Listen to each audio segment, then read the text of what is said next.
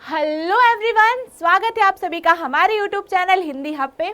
तो अगर आपने अभी तक इस चैनल को सब्सक्राइब नहीं किया है तो जल्दी से इस चैनल को सब्सक्राइब करो, क्योंकि हम लोग क्या करने वाले हैं कि 10th यूपी बोर्ड की जितनी भी बुक में जो भी चैप्टर्स होंगे गद्यांश और साथ ही साथ काव्यांश, तो इन सबको हम कवर करेंगे। तो स्टार्ट करते हैं। आज के इस वीडियो में हम पढ़ने वाले हैं यूपी बोर्ड 10th क्लास का एक बहुत ही इंपॉर्टेंट चैप्टर जिसका शीर्षक है ममता।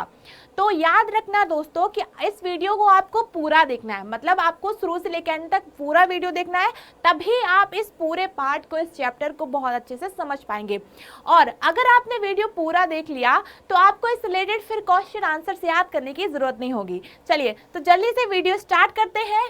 आज का वीडियो है हमारी बुक यूपी बोर्ड की हिंदी की बुक क्लास 10th का चैप्टर ममता। याद रखना चैप्टर का नाम है ममता। इसके पहले हम लोग गद्य खंड से रिलेटेड एक चैप्टर जिसका शीर्षक था मित्रता वो पढ़ चुके थे। आज हम पढ़ने वाले इसका दूसरा चैप्टर ममता। अब सबसे पहले जानते हैं कि अगर हम कोई कहानी पढ़ रहे हैं, कोई स्टोरी पढ़ रहे हैं या फिर कोई कविता पढ़ रहे हैं, तो उसके लिए हमें उसके राइटर के बारे में जानना बहुत जरूरी है। तो आपको पता होना चाहिए कि ममता कहानी के, इस ममता स्टोरी के राइटर हैं जयशंकर प्रसाद।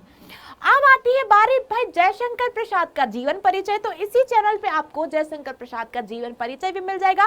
तो याद रखना आपको इस वीडियो को देखने के बाद उस वीडियो को भी देखनी है, क्योंकि एग्जाम्स में सबसे ज्यादा क्वेश्चंस पूछते हैं कवि परिचय, कवि के या फिर लेखक के जीवन परिचय से। तो इस वीडियो को देखने के बाद उस वीडियो को देख लेंगे, फिर इस चैप्टर में कोई भी डाउट नहीं रहेगा। चलिए तो हम स्टार्ट करते हैं और सबसे पहले जानेंगे कि आखिर इस स्टोरी में, ममता स्टोरी में राइटर जयशंकर प्रसाद ने कहा क्या है। तो लिखा है इसमें, इसका सबसे पहले परिचय देखेंगे। आप हमेशा कहानी पढ़ रहे हैं तो उसको कैसे पढ़ेंगे, पॉइंट टू पॉइंट, तभी हमें वो स्टोरी समझ में आएगी। सबसे पहले इसका परिचय जानते हैं। लिखा है ममता जयशंकर प्रसाद जी की प्रसिद्ध ऐतिहासिक कहानी है। ठीक है, ऐतिहासिक मतलब ये इतिहास से रिलेटेड है, हमारी हिस्ट्री से रिलेटेड है। इसमें हम क्या पढ़ने वाले हैं कि हुमायूं जो एक बार जिसने किसी वृद्ध महिला की झोपड़ी में शरण ली थी, उसके बारे में आज हम पढ़ने वाले हैं कि कैसे फिर उसने, जब हुमायूं, उस महिला ने, तब वो वृद्ध नहीं थी, उस महिला का नाम था ममता, तब वो वृद्ध नहीं थी। अब जब एक बार हुमायूं अपने दुश्मन से बचने के लिए एक झोपड़ी में शरण लेने जाता है, तो वहां पे जो महिला होती है वो उसको शरण दे देती है। और फिर बाद में हुमायूं क्या करता है कि उसको, जब अपने सैनिकों को भेजता है कि जिस महिला ने मुझे अपनी झोपड़ी में शरण दी थी वहीं पे उसके लिए एक घर बनवा देना। लेकिन ये बात हो जाती है बहुत पुरानी, 37 साल हो जाते हैं, लेकिन उसके सैनिकों को ये बात याद रहती है। फिर उसके बाद वो उसी जगह एक भव्य मंदिर का निर्माण करवाते हैं। तो चलिए इस स्टोरी को जानते हैं। क्या लिखा है, ममता जयशंकर प्रसाद की प्रसिद्ध ऐतिहासिक कहानी है जिसमें काव्यात्मक भाषा में एक कर्तव्य परायण और त्यागी नारी का चित्रण किया गया है। इसमें किसका चित्रण किया गया है, एक कर्तव्य परायण जो हमेशा अपने कर्तव्यों का पालन करती है और जिसने अपने जीवन में बहुत बड़े बड़े त्याग किए हुए हैं। आज की इस कहानी में हम एक ऐसी स्त्री के बारे में पढ़ने वाले हैं जिसका नाम है ममता। चलिए लिखा है आगे, युवती ममता। अब ये उसके बारे में बताया जा रहा है कि रोहतास के किले में एक कमरे में युवती ममता बैठी हुई सोन नदी का प्रवाह देख रही थी। अब यहाँ पे आपको एक पूरा एक घटना, एक दृश्य दिखाया जा रहा है कि जो ममता है वो रोहतास के किले में, मतलब वो भी किसी राजा की बेटी थी, वो रोहतास के किले में एक कमरे में युवती बैठी हुई थी और वहां से जो नदी निकल रही थी, नदी का प्रवाह देख रही थी। वह विधवा थी। चूड़ामणि के उसके पिता थे और उसके पिता का नाम था चूड़ामणि। ठीक है, अब आगे लिखा है कि वह कमरे में आए किंतु ममता का ध्यान भंग नहीं हुआ तो लौट गए। अब यहाँ पे आपको इस स्टोरी में एक पूरा घटना, एक पूरा दृश्य दिखाया जा रहा है कि किस तरीके से वो ममता एक कमरे में बैठी हुई थी और एक नदी का प्रवाह देख रही थी। अब जब वो, चूंकि वो विधवा थी, वो बहुत ज्यादा दुखी थी। अब उसके पिता उससे मिलने उस कमरे में आए, लेकिन ममता अपनी ध्यान से किसी भी तरह से भंग नहीं हुई, तो उसके पिता उसको देख के वापस लौट गए। अब आगे लिखा है, वह मतलब जो ममता के जो पिता थे वो अपनी पुत्री के लिए बहुत ज्यादा चिंतित थे। कुछ समय बाद वह पुनः लौटे। पुनः का मतलब होता है फिर से। तो कुछ समय बाद वह फिर से अपनी पुत्री के कक्ष में लौटे। आगे लिखा है उनके साथ 10 नौकर चांदी के बड़े बड़े थाल लेकर आए। अब जो ममता के जो पिता आए तो इस बार वो कैसे आए, उनके साथ बड़े बड़े नौकर थे और उसके साथ 10 सोने के थाल थे, उनमें मूल्यवान सोना भरा हुआ था। मूल्यवान मतलब कि कीमती, बहुत कीमती उसमें सोना भरा हुआ था। तो अब ममता को कुछ यहाँ पे संदेह हुआ, कुछ शंका हुई। आगे लिखा है चूड़ामणि रोहतास दुर्ग के स्वामी के मंत्री थे। अब जो रोहतास के जो राजा थे, जो शासक थे, उसके मंत्री ममता के पिता थे, यानी कि चूड़ामणि थे। शेरशाह उस पर अधिकार करना चाहता था। अब जो एक शासक था जिसका नाम था शेरशाह, अब वो रोहतास के किले पर अपना कब्जा करना चाहता था। तो आगे लिखा है उसने यह धन उत्कोष के रूप में मंत्री को दिया था। अब यहाँ पे अब जो शेरशाह था वो रोहतास के किले पर अपना कब्जा करना चाहता था, शासन करना चाहता था। तो उसने उसके मंत्री से साठगांठ कर ली और मंत्री को उपहार स्वरूप इतना सारा धन उपहार में दे दिया।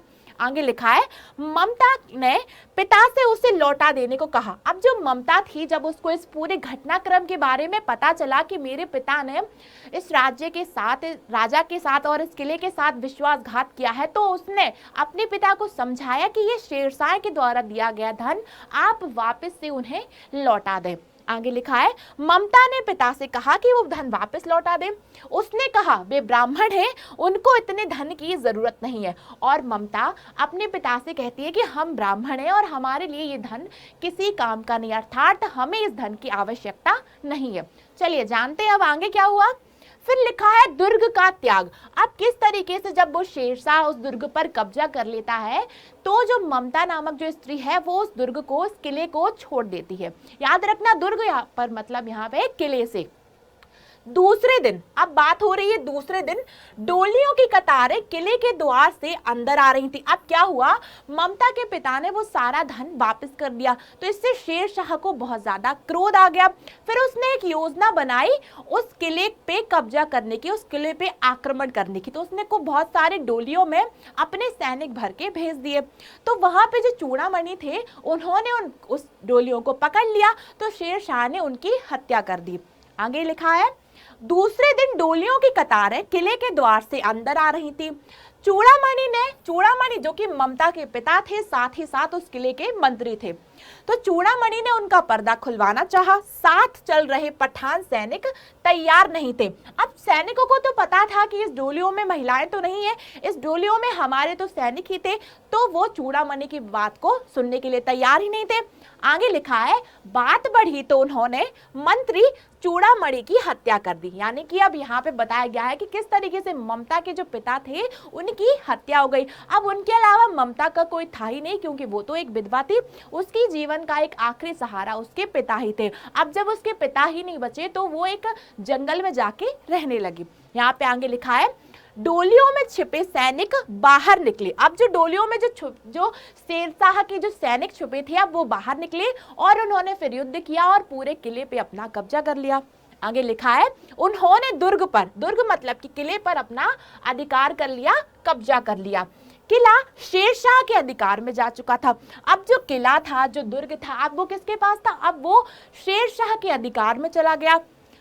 सैनिकों ने ममता को तलाश किया, परंतु वह दुर्ग छोड़कर पहले ही जा चुकी थी। अब सैनिकों को जब पता चला कि जो ममता है, तो उन्होंने ममता की बहुत ज्यादा जगह तलाश मतलब उसकी खोज की, लेकिन उन्हें बाद में ममता कहीं नहीं मिली, क्योंकि ममता तो पहले ही उस किले को छोड़कर जा चुकी थी।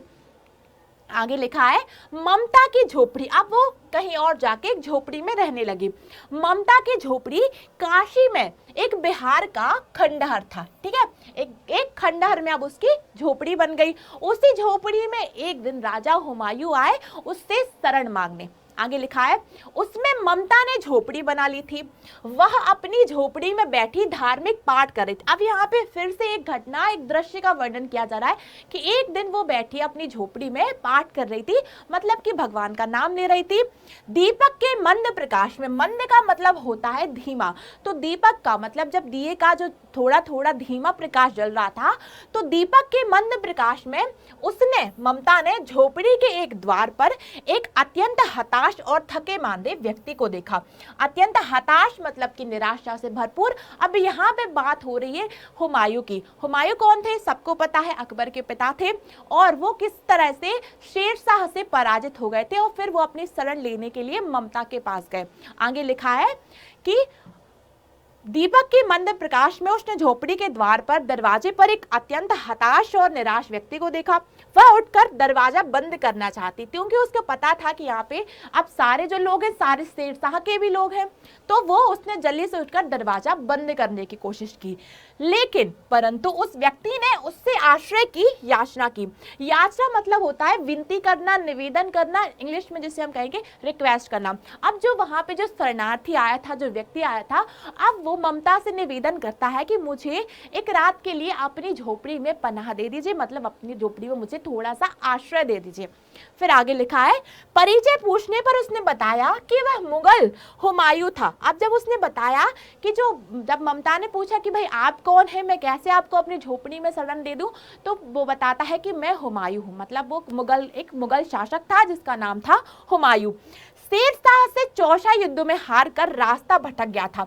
अब वही शेरशाह जिसने वहां के रोहतास के किले पर कब्जा कर लिया था, अब उसी से हुमायूं का युद्ध हो रहा था, तो युद्ध में वो हार गए और वो अपना रास्ता भटक गए थे और उसके जो सारे सैनिक थे वो वहीं पीछे छूट गए थे।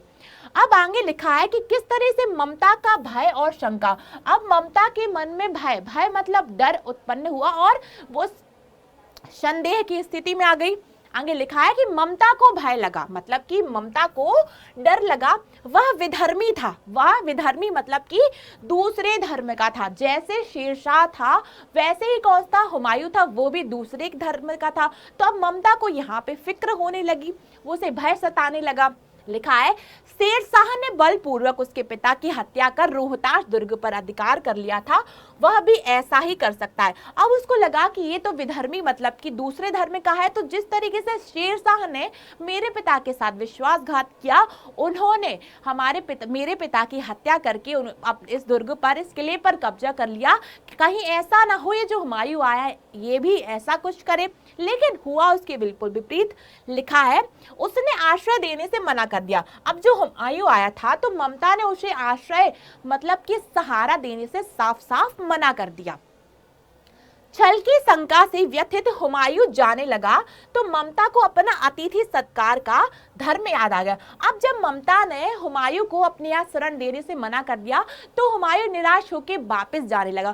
तब ममता को याद आया कि हमारे देश में अतिथियों को भगवान समझा जाता है, और जब उसे अपना ये धर्म याद आया तो उसने अंत में फिर हुमायूं को अपनी जगह अपनी झोपड़ी में रहने का आज्ञा दे दी और उसे वहां पे रहने के लिए कहा। फिर लिखा है उसने हुमायूं को रोका और झोपड़ी में विश्राम करने को कहा और वह स्वयं बाहर चले गए। अब उसने उस झोपड़ी में हुमायूं को रुकने की आज्ञा दे दी और वो जो खुद थी वो स्वयं कहीं बाहर जाके रहने लगी।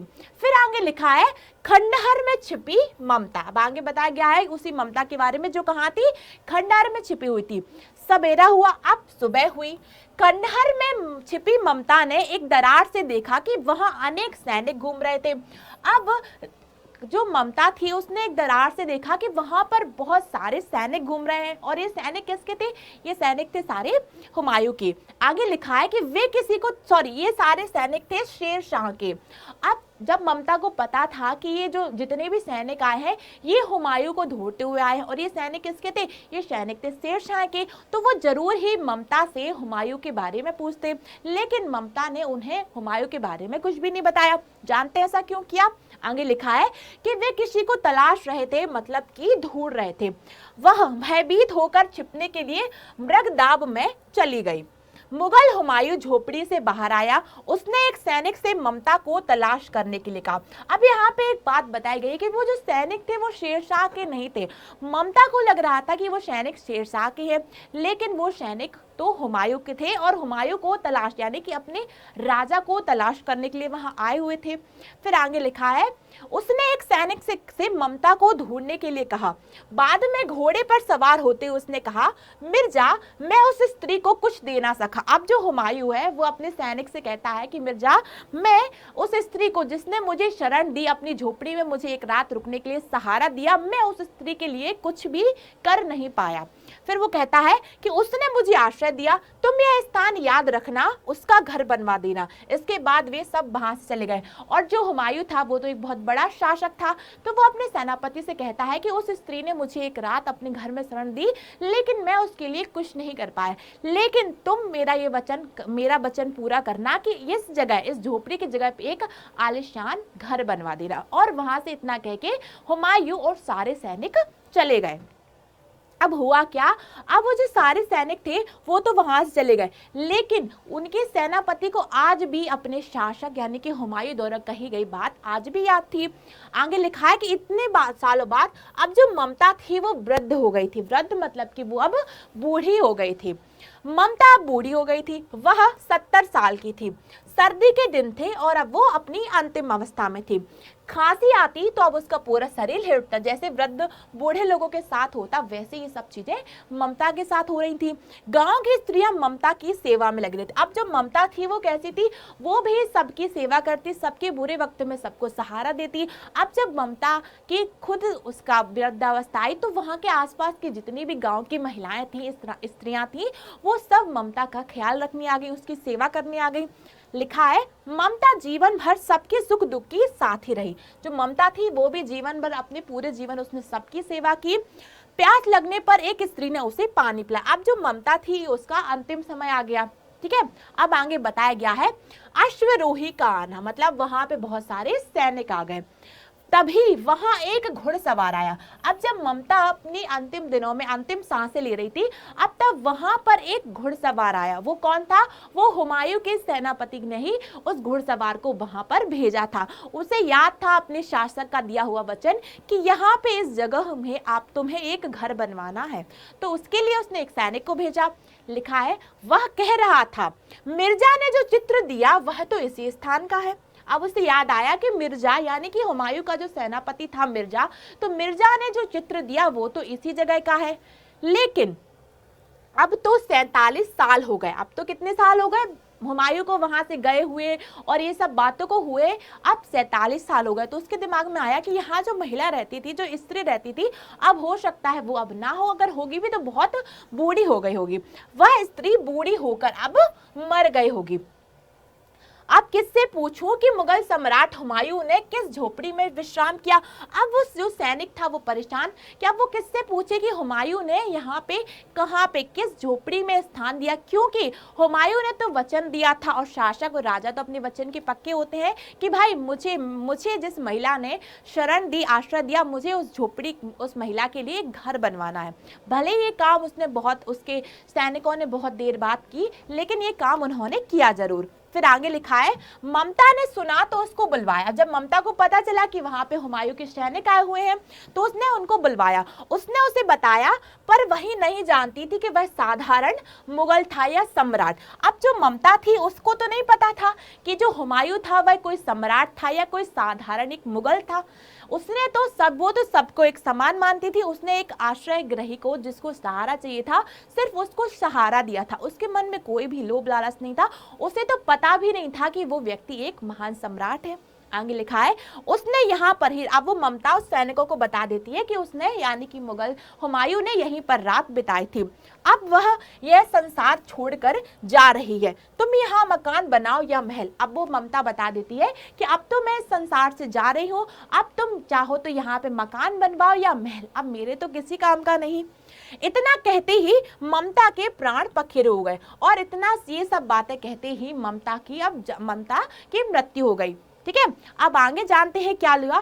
फिर उसी जगह पर वहां पे एक अष्टकोण मंदिर का निर्माण हुआ, जहां पर ममता की झोपड़ी थी, उस त्यागमयी ममता की झोपड़ी थी, वहीं पर एक मंदिर का निर्माण करवाया गया। आगे लिखा है उस स्थान पर एक भव्य अष्टकोण का भवन बनाया गया, उस पर शिलालेख लगाया था। शिलालेख मतलब आप कहीं जाते हैं तो देखते हैं कि पत्थरों पर कुछ लिखा हुआ होता है।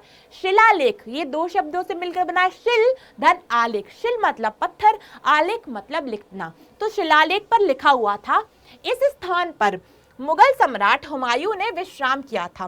ठीक है, अब ये उस पत्थर पर लिखा गया था कि इस स्थान पर मुगल जो सम्राट थे हुमायूं, उन्होंने विश्राम किया था। उनके पुत्र अकबर ने इसी स्मृति को स्थायी रखने के लिए इस भव्य मंदिर का निर्माण कराया। इस शिलालेख में ममता का कोई उल्लेख नहीं था। मतलब कि यहाँ पे बताया गया है कि जिस जगह पे ममता की झोपड़ी थी, जहाँ पे आदेश दिया था कि इस जगह पे तुम्हें एक भव्य घर का, भव्य मकान का निर्माण करवाना है, लेकिन इस बात को बहुत टाइम हो गया, बहुत समय बीत गया। तो सैनिक आए जरूर, लेकिन ममता ने कहा कि मैं तो अब जा रही हूँ, अब तुम चाहे यहाँ महल बनवाओ या कुछ।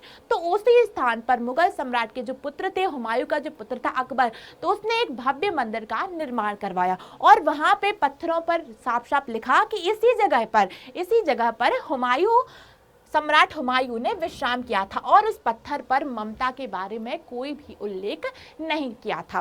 तो ये थी आपके पाठ की स्टोरी। ध्यान रखना, ये कक्षा 10 की हिंदी की एक बहुत ही इंटरेस्टिंग सी स्टोरी थी। अब इस वीडियो को देखने के बाद आपको इस स्टोरी से रिलेटेड कोई भी क्वेश्चन आंसर याद करने की जरूरत नहीं होगी। तो अगर आपने अभी तक इस चैनल को सब्सक्राइब नहीं किया है तो जल्दी से इस चैनल को सब्सक्राइब करो, साथ ही साथ हमारे वीडियो को अपने सारे दोस्तों के साथ शेयर करो और मुझे कमेंट बॉक्स में बताओ कि आपको वीडियो कैसी लगी और नेक्स्ट वीडियो में आपको कौन सा टॉपिक पढ़ना है। तब तक के लिए अपना ध्यान रखिए। Bye bye, take care.